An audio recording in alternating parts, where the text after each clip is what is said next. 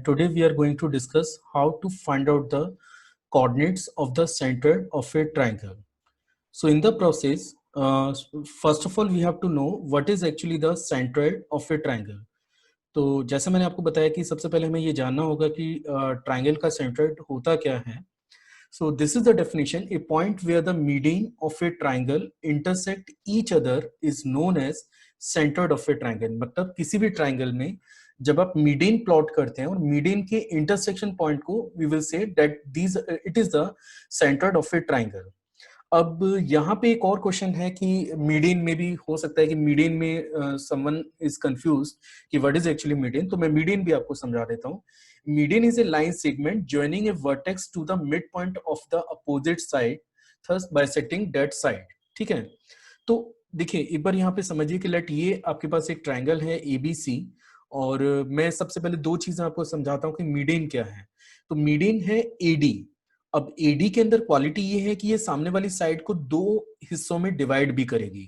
तो AD BC को bisect करती है, BE AC को बाइसेक्ट करती है और ये जो CF है ये AB को बाइसेक्ट कर रही है. So now these AD BE and CF they are the median of a triangle.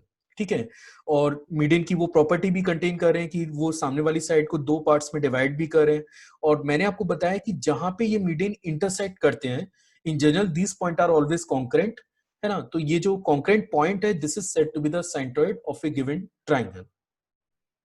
चलिए थोड़ा सा आगे बात करते हैं कि देखिए अगर आपको सेंट्रोइड को फाइंड आउट करना है तो कुछ नोट्स हैं यहाँ पे जो आपको याद रहने चाहिए या पता होना चाहिए, तब जाके आप सेंट्रोइड के डेरिवेशन को इजीली समझ सकते हैं. पहला पॉइंट तो ये है कि ये जो मीडियन है दे आर ऑलवेज कॉन्करेंट. ये मैंने पहले भी आपको बताया, एक बार फिर से रिपीट कर रहा हूँ कि ये जो मीडियन होते हैं they are always concurrent. Concurrent means they always passes through a single point. ऐसा नहीं होगा कि आपने AM बनाया, BN बनाया और CF बनाया तो AM और BN तो इंटरसेक्ट कर रहे हैं लेकिन C कहीं और से पास कर रहा है. ऐसा कभी नहीं होता है. ये जो तीनों के तीनों मीडियन है इनका इंटरसेक्शन पॉइंट कॉमन ही रहता है. मतलब और इसको मैथमेटिकल लैंग्वेज में आप बोल सकते हैं कि these lines are always concurrent to each other, they always passes through a single point. तो पहला तो ये कंडीशन है. दूसरा, ये जो इंटरसेक्शन पॉइंट है इसी को ही सेंट्रोइड बोला जाता है. तो ये भी मैंने आपको बता दिया है कि the intersection point is always said to be the centroid of a given triangle. और जो तीसरा स्टेटमेंट है जो हमें पता होना चाहिए अगर हम ट्राइंगल का सेंट्रोइड निकाल रहे हैं वो ये है कि ये जो सेंट्रोइड है ये मीडियन को 2:1 में डिवाइड करता है. मतलब जैसे late AB is the median of a triangle and G is actually the centroid which is the intersection point of median also. So this intersection point always divide the line AB into 2:1.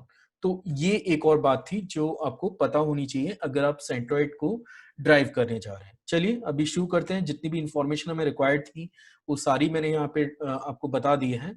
Now check it. This is a triangle ABC. अब A के coordinate है x1, y1, B के coordinate है x2, y2, C के coordinate है x3, y3. हमारा target है G के कोऑर्डिनेट निकालना. अब मैं आपको बताऊं कि अगर आपको G के कोऑर्डिनेट रिक्वायर्ड है तो और हमें क्या डिटेल्स रिक्वायर्ड होंगे. एक तो मुझे D का कोऑर्डिनेट रिक्वायर्ड होगा, है ना, और एक मुझे AG रेशियो GD रिक्वायर्ड होगा. फाइन. तो अगर I am able to find out the coordinate of D, मुझे D के कोऑर्डिनेट पता लग जाए, मुझे AG रेशियो GD ये तो पहले से ही पता है. मैंने अभी जस्ट लास्ट स्लाइड पे आपको बताया था कि ये 2:1 है. तो ये रेशियो मुझे पता है पहले से. तो we are able to get the coordinate of centroid. तो first of all we are going to focus on the what is the coordinate of D.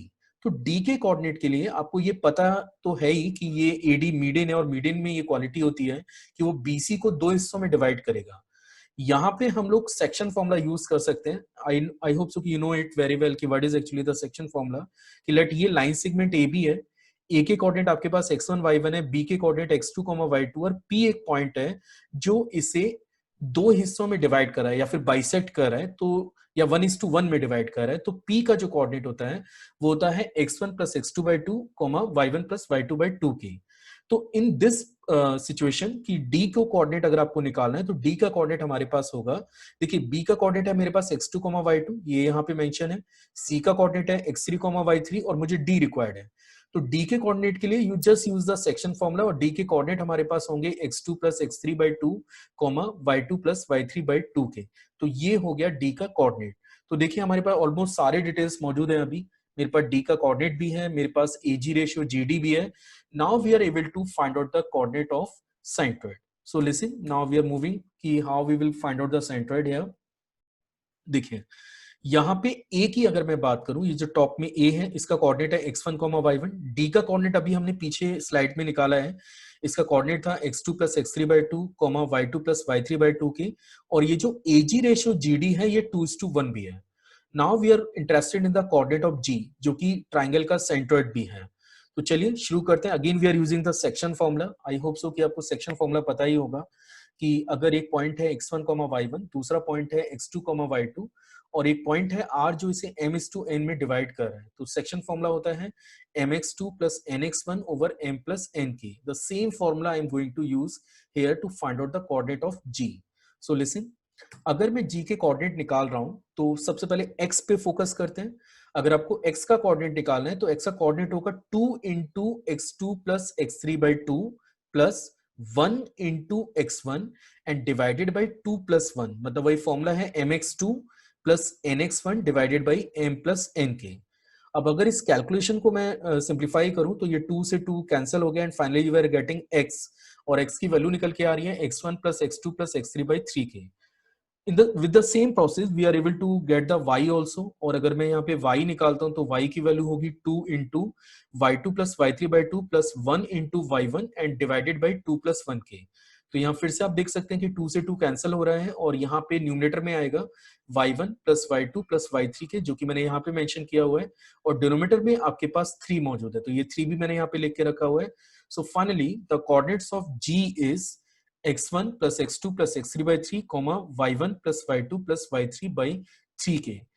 So this is the centroid of a given triangle. I hope so you like this video. Thank you.